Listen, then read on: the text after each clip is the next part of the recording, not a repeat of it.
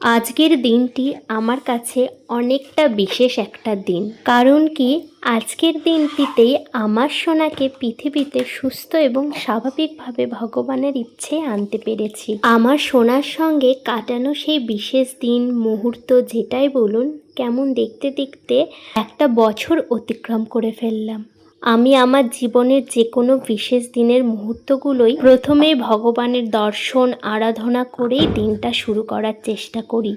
আমার সোনার এই বিশেষ দিনও তার ব্যতিক্রম রইল না। একান্তে কিছু সময় কাটানোর জন্য সোনা আর আমি মন্দিরে সকাল সকাল উঠেই চলে এলাম। বাবার এই মন্দির আমার বাড়ির কাছে হওয়ার জন্য খুব ভালো হয়েছে জানেন।